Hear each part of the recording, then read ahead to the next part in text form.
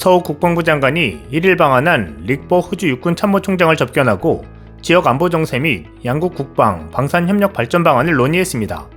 서 장관은 호주 자주포 사업에 한국 기업이 단독 협상 대상으로 선정돼 계약 체결을 앞두고 있다는 점을 언급하면서 이를 계기로 양국 육군이 자주포 분야에서 협력을 강화해 상호 운용성을 증진해 나가기를 기대한다고 말했습니다.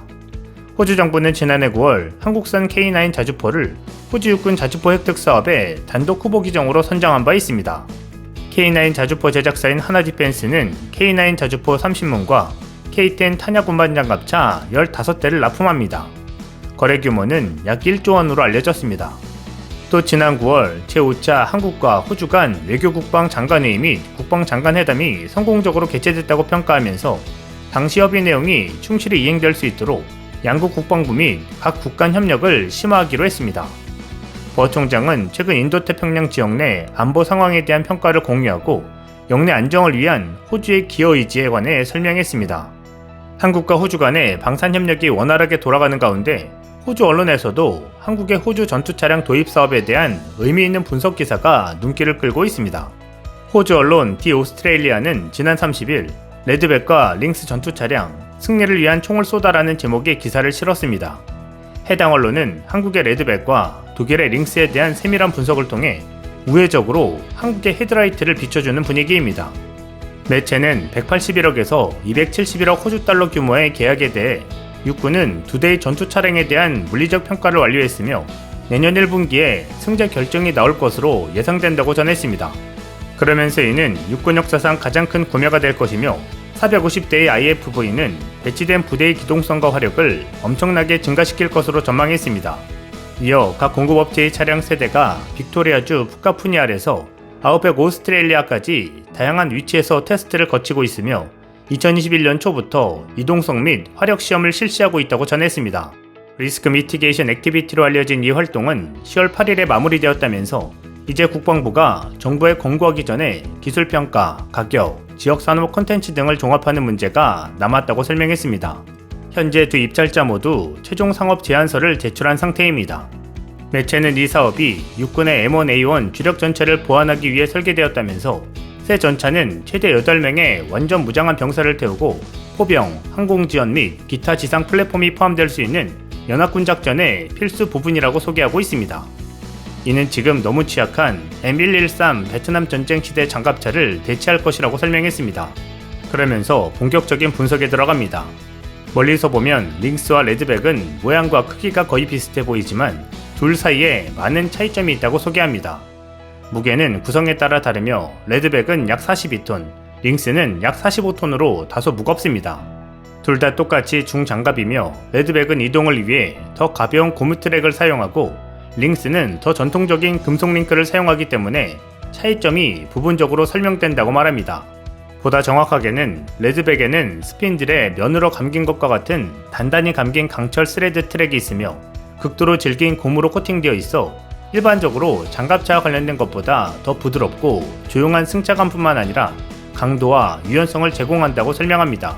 이 접근 방식은 연료를 절약하고 장거리 임무에서 피로를 크게 줄여주기 때문에 사소한 문제가 아닌 보다 편안한 여행을 제공하며 장비를 손상시킬 수 있는 진동을 줄여준다고 강조합니다. 그러나 이 기술은 아직 널리 사용되지 않으며 레드백은 현재 군용 차량에 적용하기 위한 중량 상한선에 있다고 전하고 있습니다. 매체는 이들이 또한 다른 포탑 디자인과 30mm 주포를 가지고 있다고 설명합니다. 라인메탈은 현재 육군에 납품되는 박서 8x8 차량용으로 개발 중인 자체 포탑과 자회사 모서에서 제작한 대포를 사용합니다. 반면 레드백은 다른 접근 방식을 취했으며 호주 캔버라에 기반을 둔 EOS가 제공하는 모든 전자센서와 컴퓨터로 호주에서 제조될 이스라엘 회사 엘빗 포탑을 사용합니다. 또 레드백은 화력의 경우 미 노스럽 그루먼사에 30mm 체인건이 있으며 이는 아시아 태평양을 비롯한 미군과 동맹국에서 널리 사용된다고 설명합니다. 두 차량 모두 스파이크 대전차 유도 미사일을 발사할 수 있습니다. 매체는 레드백의 30mm 탄약 문제는 미국과의 호환성이 공식적인 요구사항이 아니기 때문에 생각해볼 문제지만 호주 IFV가 연합작전의 일부로 배치되면 30mm 탄에 거대한 미국 제고에 접근할 수 있는 것이 합리적으로 보인다고 설명합니다. 이를 위해 노스럽 그루먼사의 체인건은 미군의 표준인 더 가벼운 알루미늄 케이스 탄약을 중심으로 설계되었기 때문에 좋다고 말합니다. 반면 링스의 모서 대포에 대한 상황은 명확하지 않으며 이를 위해 설계된 강철 케이스탄을 호주에서 별도로 공급해야 할 수도 있다고 지적합니다. 그러나 기술적 장점과 상관없이 차량 자체는 최종 선택에 있어 방정식의 일부일 뿐이라고 말합니다. 둘 다 보호, 활용 및 이동성에 대한 육군의 극도로 까다로운 요구사항을 충족했을 가능성이 높다면서 이제 초점은 가격, 위험 및 호주 산업 콘텐츠로 바뀔 것으로 매체는 전망하고 있습니다. 링스는 퀸즐랜드에 건설될 것이기 때문에 브리즈번에서 온 피터 더튼 국방부 장관이 선호할 것이라는 추측이 있었습니다. 레드백은 빅토리아 시대의 도시 질롱에 건설될 것이라며 두 주는 계약을 위해 열심히 로비를 하고 있다고 매체는 설명하고 있습니다. 어떤 차량을 선택하든 수익성이 있는 수출 주문을 따낼 수 있기 때문이라는 것입니다. 이 매체는 레드백과 링스를 비교 분석하면서 레드백의 강점을 더 잘 부각시키며 레드백의 손을 들어주는 모양새입니다. 하나디펜스는 현지 제조 비율을 높이기 위해 호주 철강사 비살로이 스텔과 지난 3월 제휴를 맺었습니다. 비살로이는 호주에서 유일하게 장갑, 구조, 보호 및 내마모성 강철에 사용되는 고강도, 경도 담금질, 강화 강판을 제조합니다. 리차드 조 하나디펜스 호주법인장은 호주 정부를 위해 호주산 강철로 만든 세계적인 장갑차를 제공할 수 있게 됐다며 하나와 비살로이는 레드백 보병 전투 차량이 최고의 강철로 만들어지도록 하기 위해 제휴를 이어갈 것이라고 말했습니다. 또 하나디펜스 호주법인은 최근 솔라 시그마 실드라는 열상 위장막을 두른 레드백 영상을 공개하기도 했습니다. 이 열상 위장막은 열추적 미사일 공격을 회피할 수 있도록 설계됐으며 차량 내부 온도를 낮춰주는 효과도 있는 것으로 알려집니다. 즉, 열상 감시 장비를 통해 열추적 미사일의 탐지 공격으로부터 장갑차를 일종의 스텔스 무기로 만들어주는 것입니다. 레드백의 호주 수출 여부는 미국 장갑차 수주의 전초전으로까지 평가되고 있습니다.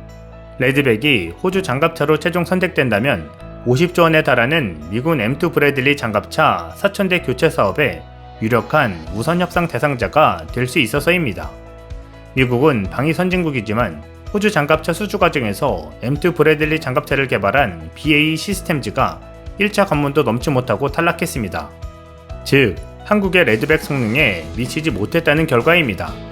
때문에 이번 호주 장갑차 수주를 레드백이 가져오게 된다면 이후에 추가 수주가 물밀듯 들어올 가능성이 높은 것입니다. 호주 언론의 보도처럼 레드백과 링스는 호주의 최소 요구 조건인 화력, 방호력, 기동력 등의 성능 면에서 거의 비슷한 결과가 나온 것으로 알려지고 있습니다.